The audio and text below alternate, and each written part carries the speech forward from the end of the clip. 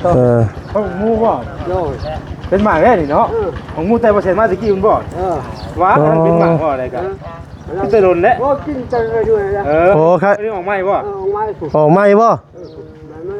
โอ้ทำมาโดนเติบเลยล่ะเดือนเติบไปได้บ่ครับเอ้ยจะสนุกจริงบ่ครับมาแล้วไม่เห็นมาแล้วบ่ฮะมีไฟบ่เอาแล้ววะดิ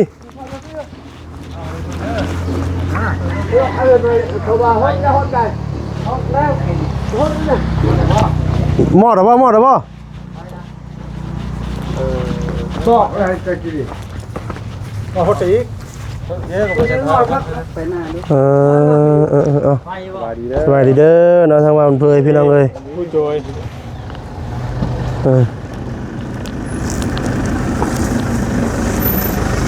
โอ้ยั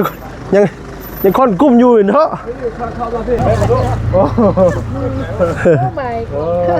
สบายดีนะแม่เด้อเนาะสบายดีสบายดีพ่อตัวชื่อเขาอยู่ป่ะว่าต้องให้จะสิบได้ลุกขึ้นพ่อตัวชื่อไผ่เนี่ยไผ่ก่อนนี่ไผ่อะแม่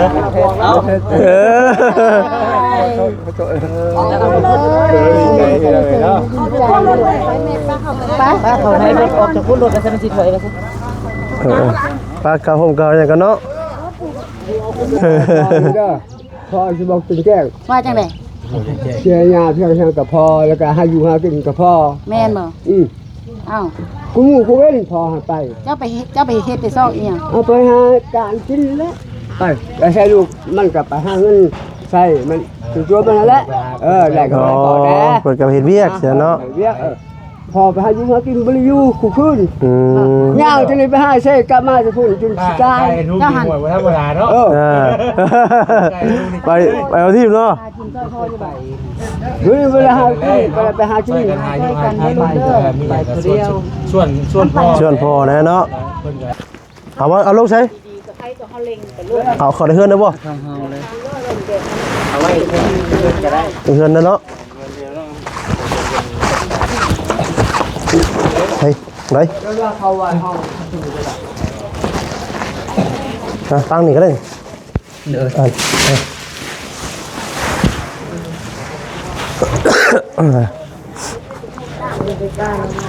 ทำท่าบ่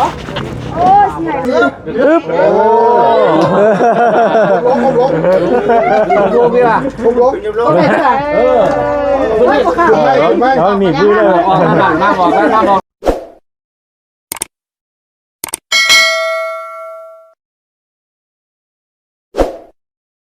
อ้าวเอาไงเนาะตัดภาพมาเมื่อนี้ครับพี่แหละเดินทางขึ้นมาหาทางประตูจุยพี่น้องเลยเนาะพอดีว่าทางแม่เพชรเนาะมาเยี่ยมมายามหรือว่าทางตู้จุยพี่น้องเลยเนาะเอากลับตะไคร้สบายดีได้พี่น้องเด้อเนาะสบายดีบ่สุขสุขคนพี่น้องเลย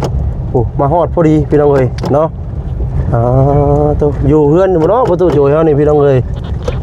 เลยบ่ข้างในบ่จอดนอกเลยข้างในบ่เอาไปจอดดูโก๊กเลยเนาะสบายดีก่อนแล้วทั้งบาสิพลพี่น้องเลยว่าของมูแล้วเกี่ยวมูแล้วเพ่ได้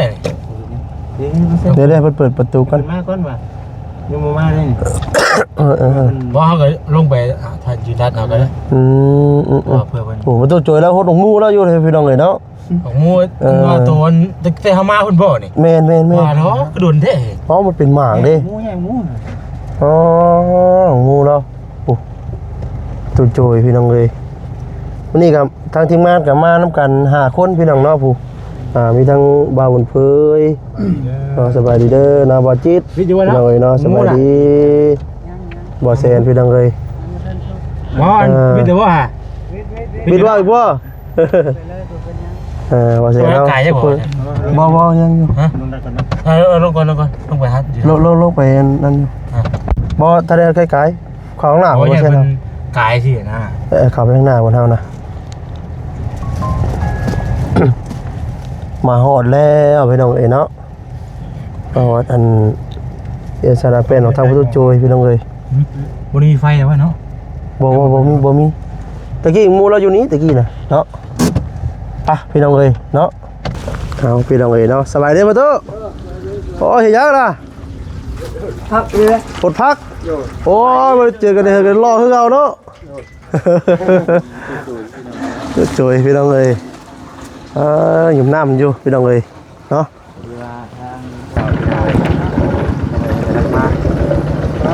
สบายดีบ่ตู้ไปเด้อเนาะของมูบ่เป็นหมากแน่นี่เนาะของมูแต่บ่เสร็จมาตะกี้มันบ่ว่าอันนั้นเป็นหมากบ่อะไรกันกินแต่โดนแล้วโอ้กินจังเลยด้วยนะโอ้ครับนี่ออกใหม่บ่ออกใหม่บ่โอ้ทำมาโดนเติบเลยล่ะเดือนเติบไปได้บ่ครับเอ้ยจะสนุกจริงบ่ครับมาแล้วไม่เห็นมาแล้วบ่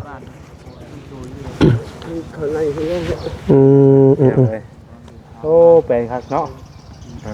เป็นเติร์ดบานนี้เนาะงามคือเก่าเป็นอะไรต้องคือเก่าเสียแล้วว่ะดิฮะฮะมีไพ่บ่เอาแล้ววะดิ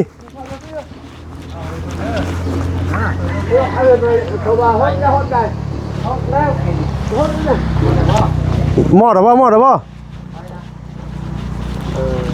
ก็อะไรจะกินก็ฮอตอีกเยอะกว่าจะทอดไปหน้าดิ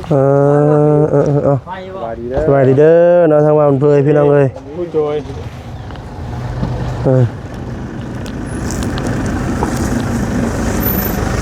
โอ้ยังค่อนกุ้มอยู่เนาะเข้ามาพี่ได้เยอะยังค่อนกุ้มอยู่เสียเนี่ยค่อนกุ้มอยู่ว่าแล้วแข่งคนแล้วโอ้เสียตกใจมือโดดมือเลยว่าได้อยู่พุทธเจ้าได้อยู่ไปว่าเส้นมาพี่ละเนาะทั้งเมนมาได้โอ้บิดไล่บ่เห็นเนาะขึ้นได้บ่บิดอยู่โอ้นาเดียวนึงบิดนาเดียวนึงสุดชิว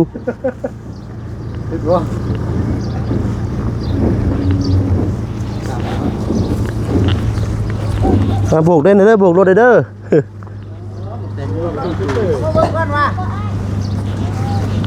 ดูแล้วโอ้จะลงกันมันไม่จังไปต่อมันต่ำบ่ได้ข้างหน้ามันจะลงกันขึ้นมาอีกเด้อขึ้นเสียงเอาไว้ได้อยู่ทำข่าวเสียงได้อยู่เขาต้องข่าวเสียงแมนข่าวเสียงซี่ได้อยู่สิเดินหน้าก็ได้เลยข่าวเสียงเอา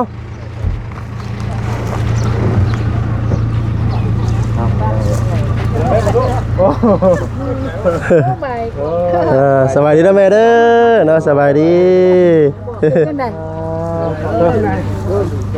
สบายดีพ่อตัวชื่อใครอยู่บ่ว่าต้องให้จะสิบได้ลุกขึ้นพ่อตัวชื่อไผ่ก่อนนี่ไผ่อะไผ่นี่แม่กันนะ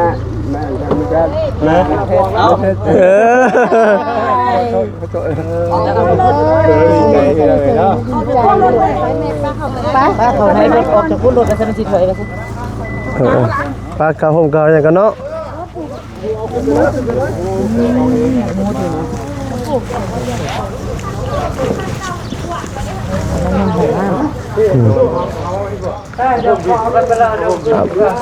ไปแล้วโฮมพูดนะไปแล้วประตูโฮมพูดประตูอ๋อเพื่อสิมาฮอดเนาะไกลป่ะแม่โอ้หนทางเข้ามานี่มันอยากอันนั้นมันไม่ขี่หินหลายโอ้หินเนาะต้องได้คอยมาโดยคอยมาเขาที่ไป คือรถเท่าแสนเนี่ยเห็นป่ะรถเพิ่นตีนสูงมันมาละ โดย ไปรถไอ้กว่าทาง ไปว่างๆคือ ไอ้ไปมาโทรน้ำแต่บัดนี้บ่รับสายเอาเลย โอ้ไม่บ่ บ่มีสัญญาณแม่เอ้ย แม่นบอก แม่น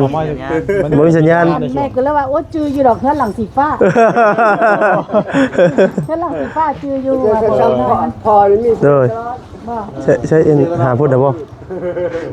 เฮือนหลังสีฟ้าจืออยู่ ถ้ามานั่งวิก่อนเนาะนั่งอยู่ อืมโดยได้หามานั่งสิได้เนาะ ผมได้ใช่ตัวผมแน่ อ่ะเงินครัวพากันมาอันนี้เข้าต้มกินเหลือฮะแต่คนคือบ่กระเฮ็ดยังไงกินนี่ไงก็มีนี่บ่ กลัวบ่ เป็นยังไงฮะไปหาอยู่หากินจังได๋ เนี่ยพาทางไหนมาเยี่ยมมื้อนี้ คือมาจอยแท้ล่ะ จอยแล่เฮ็ดเวียกเฮ็ดเวียกหยัง คือบ่เป็นจังซี่เว้ยยังคือจอยแท้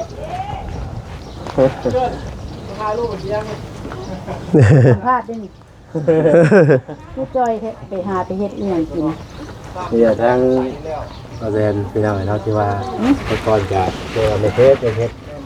เป็นได้เยี่ยมมายาม เยี่ยมมายาม จ เด้ ริงเลย พี่น้องเลยท่านแม่โบ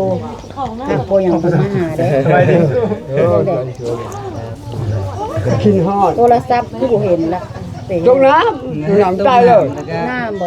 ตรงน้ำเลยตายไปแปะเลยเขาช็อตตายเลย อืม เขาให้เงินชี้แชทขายช็อตปะเลย อื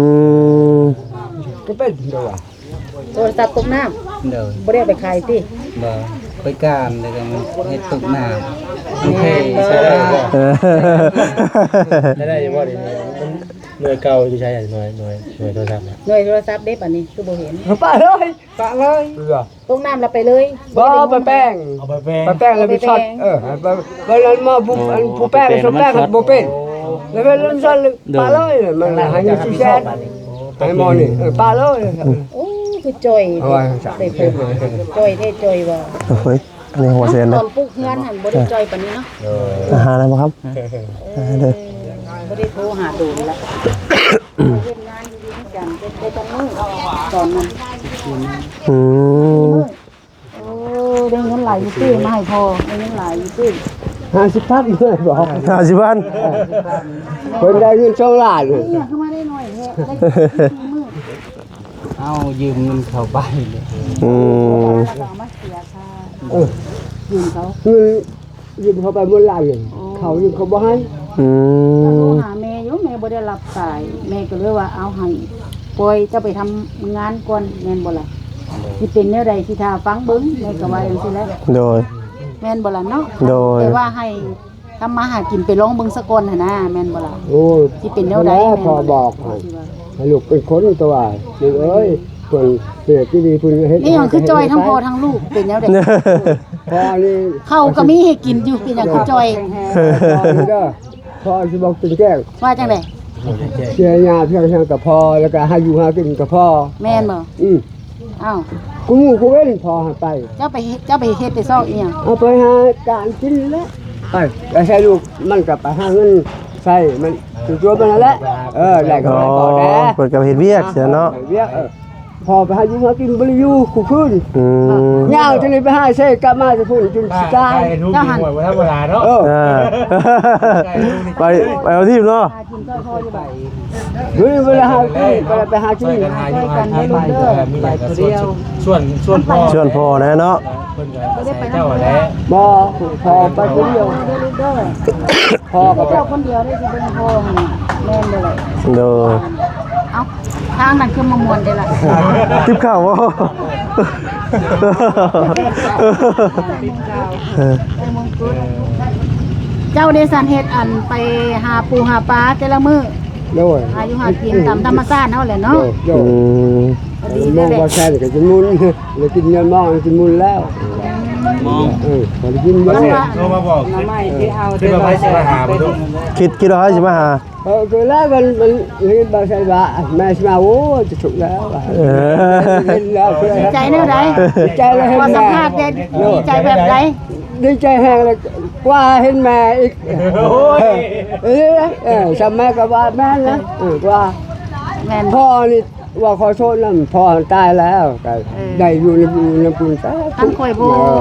ตูนเจ้าบ่ฮักบ่แฮงข่อยก็บ่เฮ็ดให้เจ้า ถูกแม่อยู่กูไม่ ท่านเฮ็ดให้เร็ว โดย ก็หากินไปตามธรรมชาติหั่นแหละ โดย คันบ่มีเข้าแล้วก็ โดย ให้เพิ่นโทรหาเพิ่นนี้ โดย ข่อยก็ให้เจ้ากินได้อยู่อันข้าวอันน้ำหั่นน่ะ โดย โอเคเบิ่งแย่งกันไปแม่นบ่เลย โดย ก็แต่ว่าเจ้าก็ต้องหาเลี้ยงชีพไปนำแม่นบ่ล่ะเนาะ โดย สิมาถ้าว่าโอ้บ่มีข้าวกินแล้วโอ้หาแม่เฮ็ดกันนะ โดย แล้วก็คอยหาไปนำแม่นติ โดย ถ้าว่าในกรณีที่ว่าบ่ท่วงบ่ทันสิเนาะแม่เนาะ แม่น พ่อก็หาตัวนั้นแล้วทุกวันนี่ครับลูกว่าใช่ว่าคือว่าขนาดขตาลูกไอ้สิบอกจะแจ้งในตรงนี้แล้วเนาะห้ามนี่นะคำมาให้พ่อโฮมไว้ตัวนี้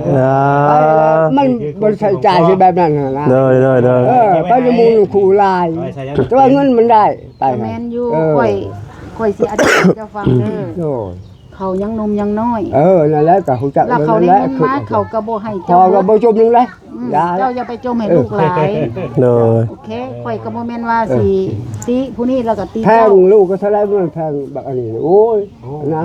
ลูกเนาะ โดยลูก เดียวเลยหรอ ลูกผู้เดียว ลูกผู้เดียว เดียวเลยหรอ อยู่นํกันก็ให้ถูกต้องปรองดองกัน นั่นแหละ เจ้าเข้าใจติ ถึกแล้ว บ่แม่นว่ามีข้าวเปล่านึงกูสิแบ่งให้มึงครึ่งนึงเด้อ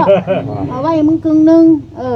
มันก็บ่แม่นพอกับลูกเจ้าเข้าใจติ โดย มีหยังกินนํกัน เขาบอกใช้แบบมาสิก็เพิ่นกินผู้เดียว แต่ข้าข่อยอันได้ยินมาน่ะข่อยซื้อข้าวให้ เจ้าแบ่งให้ลูกครึ่งนึงเจ้าเอาไว้ครึ่งนึงคันลูกเบิดแล้วก็บ่ต้องมากินน้ำมันเป็นไปบ่ได้เฮ็ดแบบนั้นน่ะพอกับลูก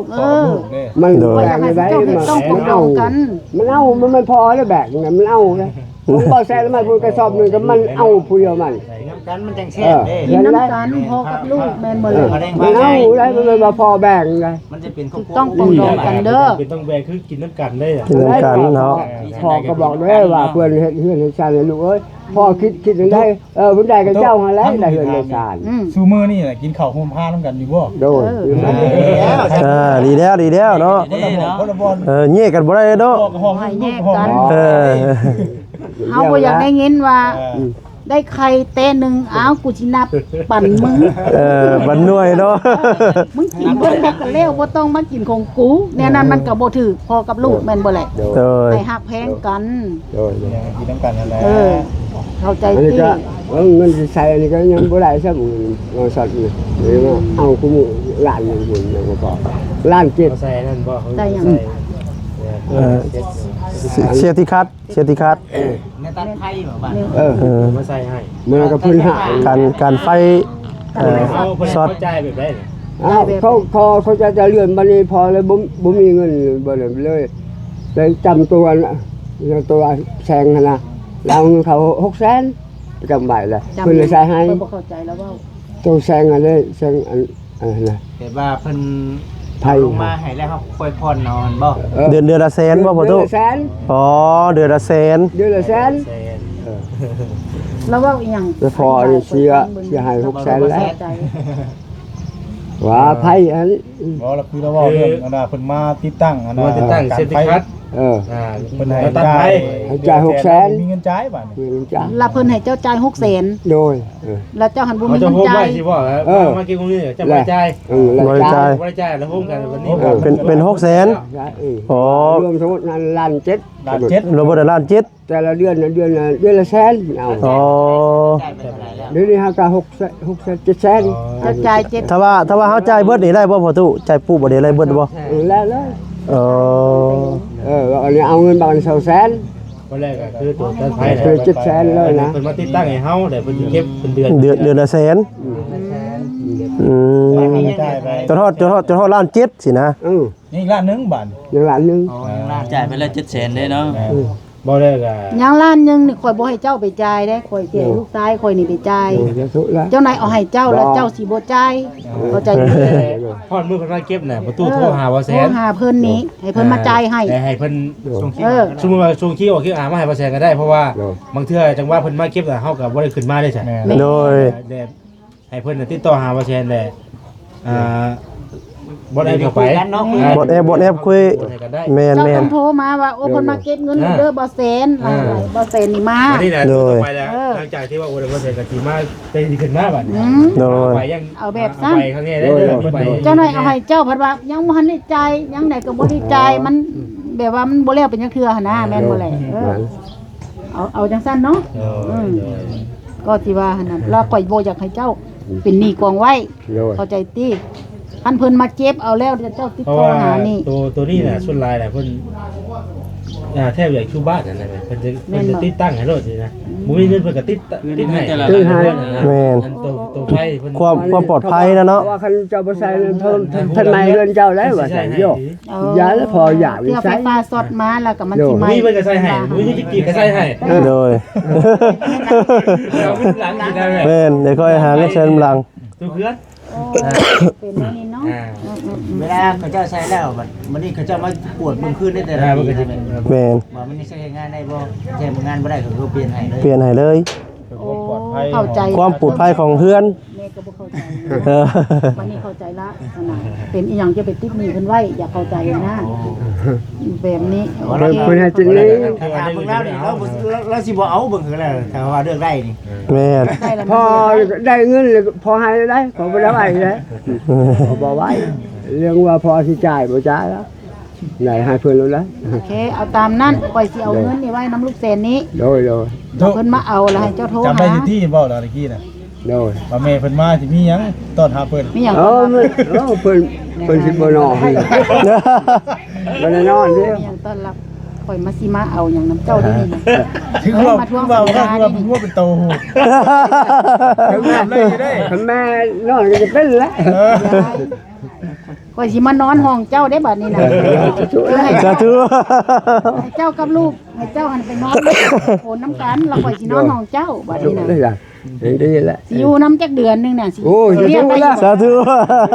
เรียกได้อยู่บ่สิ โอ้ย ไปหาบ่าเนาะ ปีแล้วจะทุกแล้วปีแห่งดีเป็นปีแห่งดี เป็นปีแห่งดี ตื่นขึ้นมาเจ้าอีหนึ่งเข้าค่อยกินบ่ โดยตาอยู่หาป้ากิน เจ้าก็สบายดีติ โดย ก็จ่อยแท้ฮะ จ้อยพอว่าคุณพ่อนำพญาตเลย แม่นแม่น เมื่อยพอเลยไปก็มาก็ไปก็มากูมูกูเป็นเมื่อย ที่ว่าแบบทวงท่านนะว่าได้ โดย อยู่ไป บ่อยากได้เมียนะไผบ่อยากได้เมียนะหมู่บ่ แล้ว นี่ผู้สาวมามักอยู่บ่ บ้านเราผู้สาวเราผู้สาว คันเป็นคนฮู้ผู้ดี ผู้สาวก็มามักเฮาแม่นบ่คันเฮาเฮ็ดแนวบ่ดีผู้ใดก็บ่อยากมาเวแม่นบ่ล่ะ โอ้ เจ้าเข้าใจแนวนั้น แม่ละ คันมีคนมักคนหยังก็บอกมาแม่ก็สิแต่งให้ เด้อก็หาแต่ว่าต้องเอาคนที่มาเป็นผู้ดีเนาะ ไปเฮ็ดแนวบ่ดีเขาก็บ่อยากมาเวเจ้าบ่ว่าจะผู้ใดเด้ ทั้ง แม่ บอกดูเอ้ยทีแรกพอบอกกันคนนี้หาย มักแนวดีเนาะ แม่น บ่ว่าจะผู้ใดเด้ ไปสิมาให้เนาะไปสิมาให้เนาะ แนวดีเขาก็จึงมาเวได้ผู้หญิงก็ได้แม่นบ่ แม่น เมื่อเราเขาเห็นเฮือนงามแล้วโอ้สิมามักใส่ฝนก็น่ามันบ่แม่นได้ แม่น เจ้าต้องทำความดีในตัวของเจ้าให้เขาเห็นเด้อล่ะเด้อว่าเจ้าเฮ็ดหยังแต่ละมื้อแม่นบ่เลยดูแลพ่อคันผู้หญิงเห็นเจ้าว่า โอ้พ่อก็บ่ดูแลแนวนั้นแนวนี้เขาก็บ่อยากมาเด้ลูกเอ้ย โดย แม่นบ่เขาย่าน ฝากชีวิตไว้เนาะ เขาบ่ได้ อ่า ท่านเจ้าดูแลพ่อเจ้าได้เขาก็ว่าโอ้หมอนี่ดีเนาะแม่นบอก โดย คือสิเลี้ยงเขาได้แม่นบ่ล่ะเจ้าว่าเนาะเขาก็ โดย มาเข้าใจ ปิดตาฝากชีวิตไว้ได้สิเนาะ เป็นตาฝากชีวิตไว้ได้เขาก็จึงมาอยู่นํเจ้าเจ้าก็ โดย จะในห้อง บางคนเขาบ่ได้เกี่ยวได้เจ้ามีเฮือนหลังงาน โอ้ อ่า เขาเบิ่งพฤติกรรมของเจ้าว่าเจ้าเฮ็ดจังไดแต่ละมื้อนี่มันเป็นจังซั่นลูกเอ้ยเด้อทำความดียินบ่คันทำความดีนี่แม่สนับสนุนเจ้าเข้าใจติเป็นหยังแม่จึงบ่อยากรับโทรศัพท์เจ้าเข้าใจติบ่แม่บ่รับโทรศัพท์เจ้าจักเดือนเกือบ5-6 เดือนเด้แม่บ่รับโทรศัพท์เพิ่นแม่นเพิ่นสิโทรมาหรือว่าหยังแม่ก็บ่รับแม่ตั้งปอยซื่อๆว่าเพิ่นเฮ็ดแนวใดนะ แล้วพอบอก ค่อยไป พอบอก แต่ว่าแม่ก็บ่ลืมเด้คันว่าแม่ส ตังแม่บ่มาหาเด้แม่ยังเป็นห่วงพวกเจ้าอยู่เด้ก็สิมาเบิ่งมาอันนั้นนี่น่ะแม่นบอกเจ้าว่าบอกให้ทำความดีเด้อลูกเด้อไอ้นี่โตไปเปลี่ยนแปลงเห็นบ่ล่ะเบิ่งแม่โต ทั้งคนบอก แม่นมาแต่โอ้ จะซื้อแล้ว คนละทวีปบ่ได้ประตูเอ้ย มาจังหวัดจักรทวีป โดย 16 ชั่วโมงค่อยนั่งเครื่องบิน โอ้ แต่อเมริกามาฮอดญี่ปุ่น16 ชั่วโมงแต่ญี่ปุ่นมาหาประเทศไทยจะว่าจักชั่วโมง8ชั่วโมงอี พ ก อกิน ตอนนี้จากมาลาวอีกบาทนี่เนาะมาพี่อีกบาทนี่ เดี๋ยวอย่าเป็นนายตาปืน คันท่านข่อยบ่ได้มาเด้ โดย คันข่อยบ่ฮักบ่เพลงพวกเจ้านี่โอ้ยข่อยไปเที่ยวพุ่น เอ้ เลย เทพไปนั่นข่อยผู้เลว เลย แม่นบอก โดย โดยแม่ ใจจังซั่นลูก แม่น อืมเอาตามนั่นแหละจังไดก็บ่ป้าบ่ทีมกันคือเก่าหั่นแหละเขาก็สิพยายามอันนั้นก็ให้พวกเจ้าก็ซอยหรือพวกเจ้าเป็นน้ำคือข่อยว่าหั่นแหละเด้อ โอ้ย เลย ตามนั่นแหละเนาะมีหยังก็เอาให้เราคือว่าหั่นแหละแล้วก็เสียวเงินป้าไว้น้ำลูกแสนเด้อ โดย ถ้าเจ้ามีขั้นเข้าไม้จังได๋แล้วเจ้าก็อันนั้นเจ้าก็โทรหาเรา นอกจากบ่นี่ก็คือว่า แต่ว่าล้านกี นี่ บ เพื่อทั้งประตูนี่นะทางประตู เราเจ้าว่าล้านกีบบ่ยังล้านกีบแมันบ่ โดยโดย บ้านที่ เอาจะหนักมึงดู เป็นเงิน ปลา บาท ไว้นำเจ้า เป็นเงินบาทมันเท่าใดก็อันนั้นนับ ก็ เนี่ย เป็นเงินกีบแล้วเนาะ พันกว่าบาทพันกว่าบาทเนาะ พันกว่าบาทแม่ พันกว่าบาท เพราะว่าเงินบาทเฮา1,000 เก็บได้ 1,500นี่ก็6เซน3 แสนปลายเนาะ500ก็3 แสนปลาย เอาไว้นำเจ้ามันบ่แม่นดอก มีแต่โทรบอกมาเวลา อันนี้ข่อยให้เจ้าติดตู้เจ้าเข้าใจติบ่ต้องเอาไปซื้อเหล้า บ่ซื้อเหล้าเลยเนาะ เหล้า เก็บไว้ ลาบแล้วพอ เก็ กิ บ น ไว้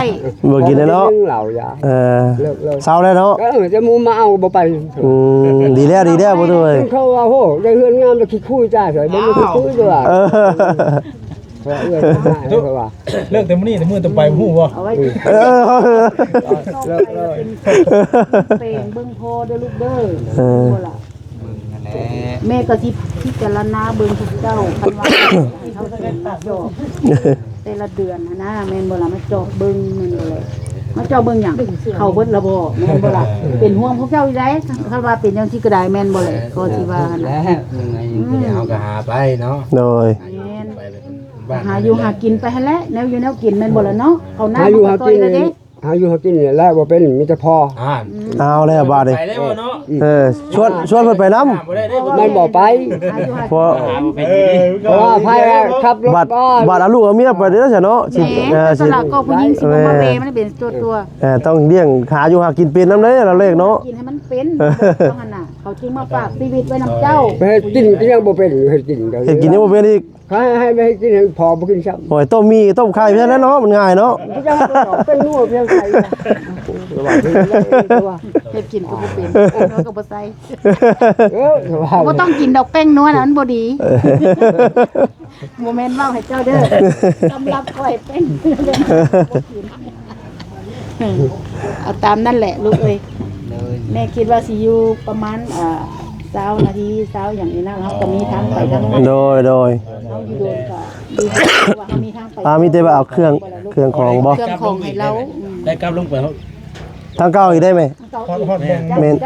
มองเวเติมน้ำมันน่ะแม่ มองแม่เติมน้ำมันพูดได้ไหม น้ำมันนะลูกเติมน้ำมันนั่นนะ แม่นบ่ กลับไปหาแล้วกันจะมีทางเดียวเดียวเดียวซ้าย เดี๋ยวใส่ไว้ เบิ่งเนาะว่าเฮาสิมีเวลาประมาณว่าเฮาไปเฝ้าดีกว่าที่ว่า โดย ท่านขอโทษนะพวกลูกเด้อ โดยบ่เป็นหยังเลย ฟัง โด เที่ ย ยวว่าไปจังได๋ โดย จำกัด เพราะ ได้ ว่า แม่น มันจำกัดลูกก็สิว่าหั่นน่ะเอาตามนั้นแหละ โดย เจ้าเข้าใจติ โดย เอาล่ะแต่นี่ต่อไปเปลี่ยนแปลงเด้อลูกเด้อเบิ่งพอเด้อ โดย พอบ่มีไผได้มีแต่เจ้าผู้เดียวได้ แม่น จะใช้แล้วกูก็เป็นหาจังพอได้มากก็ให้มันและหังมีเนาะพอกันว่าก็ชนแล้วมันสิตายเนาะ เอาคือว่าซั่นบาดนี่ ลูกมันบ่ขึ้น เนี่ยตู้จอยเจ้าเบิ่งหน้าข่อยนี่ ฟังเจ้าบ่ตายดอก เพราะว่าหยังมีข้าวกินแล้วบ่ตายคน เออ ถ้ามีข้าวกินแล้วบ่ตายเสื้อค่อยดี เบิ่งคุกมันน่าจะหันขึ้นเบิ่งคุกต่ำจนจนเบื่อแล้ว ข่อยมักว่าตลกเด้เจ้าอย่าซ่าข่อยเด้อ ถ้าซั่นเนาะมีแต่เอาเครื่องของเนาะ ให้เรา แกพูดเลย แค่พูด ถามว่าเมื่อนางพี่ประตูนางนี่ก็ได้นี่ นะมานั่งเฮียงข่อยนี่นั่งนี่เอาภาพความทรงจำไว้เงินบ่ เด็กเดี๋ยวนั้นก็ได้แต่คน โอเคนั่นแหละคือ โอเคเนาะคนเครื่องของเนาะลงมาเนาะ เด้อข่อยเอาเข้ามาต้อนเจ้าเป่านึงแล้วก็แนวอยู่ในกินน้ำ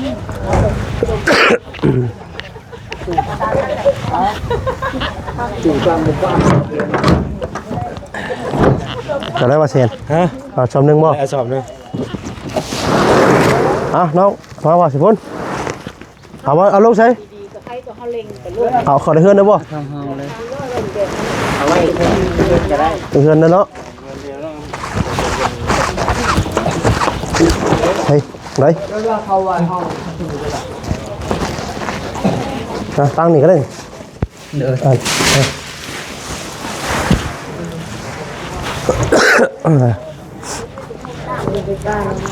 ทำทาบ่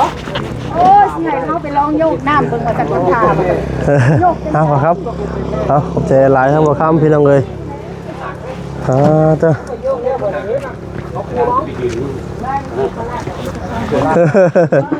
เงินเด้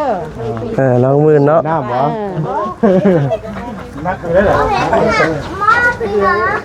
โยกวันนี้ขึ้นมา โยกมื้อนี้ อะไรคือ จับสมมือเลยลง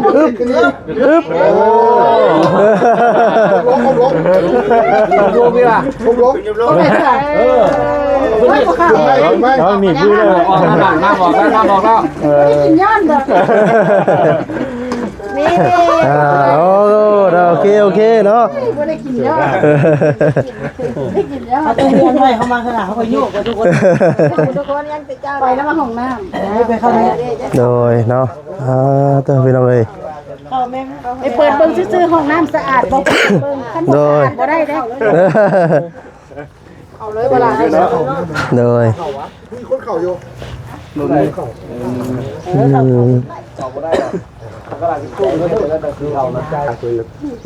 เป็นยังไงพ่อตู้คนรู้สึกฮะตื่นตันแห้งบ่ มีให้แบบ บ่ตู้บ่ได้เห็นหุ่งจักปีก็บอกทางเพิ่นด้วย โอ้หันให้หุงนะ ตะกี้น่ะบ่ได้เห็นจักปี จักปีบ่ได้เห็นหุ่งนะ เห็นอยู่ จักปี จักปี โอ้ย5-6 ปีนะ 5-6 ปี 5-6 ปีเลย แต่ก่อนมันเห็นมันนี่เป็นเปลี่ยนเลน เปลี่ยนเล่น เปลี่ยนเลน เรียน ใช่แล้วข่าวไป ถ้ามันเปลี่ยนอยู่สวรรค์ ที่สวรรค์เนาะ แม่ อยู่สวน มือผ้ามันไปแล้วกลับมาแล้วเป็นซาลวิน ให้แต่เลยโอ้ แต่ก่อนเนี่ยเห็นค่าตาเห็นไปทุกที่ ไปดูได้เนาะ ไปเห็นผู้ ไม่รู้ มันจะอยู่แต่เพื่อนแต่ลูกเจ้าได้หามาสู่กินกันแล้ว หาการคืนไปอยู่ โดย จอยมันนะว่าติดตัวไปเจออย่าง คือว่าโบเห็นนี่เจ๊กี้ที่ไหนได้ถึงทำประตูเนาะ โอ้ยตายเลยแล้วพอเราพูดเรื่องเวลาการตาบออยู่หาแต่อยู่ว่าเนี่ยว่ะ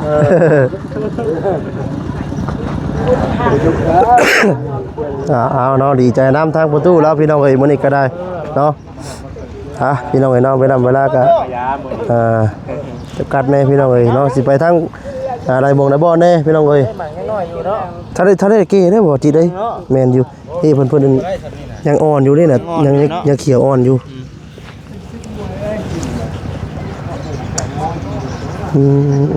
พี่น้องเอ้ยเนาะยกดีใจน้ำพี่น้องเอ้ยมีแต่ทางวัดสดีกาสิได้กดจบคลิปซะก่อนพี่น้องเนาะผิดพลาดจังไดก็ขอโทษขอไปได้พี่น้องเด้อเนาะคำจาได้ทางวัดสดีเนาะว่าบ่มนถูกเนาะขอโทษขออภัยน้ำลาพระจ่าไปก่อนแล้วอยู่ดีมีเฮงเวสุขุสุคนพี่น้องเนาะที่เข้ามารับชมคลิปในมื้อนี้เนาะแล้วก็ขอบคุณทางแม่เพชรเพิ่นได้หลายพี่น้องเนาะทางแม่เพิ่นก็ได้สละเวลาเนาะมาตั้งแต่ต่างประเทศพี่น้องเนาะโอ้ยพี่น้องเนาะกับบ่ฮักบ่เพลงกันก็คือสีบ่ได้มาพอดกันดอกพี่น้องเอ้ยคือจังเมย์เพิ่นเว้าพี่น้องเอ้ยเนาะมาคนละทวีพี่น้องเอ้ยเนาะลาไปก่อนพี่น้องเอ้ยเนาะสำบายดีพี่น้องเด้อ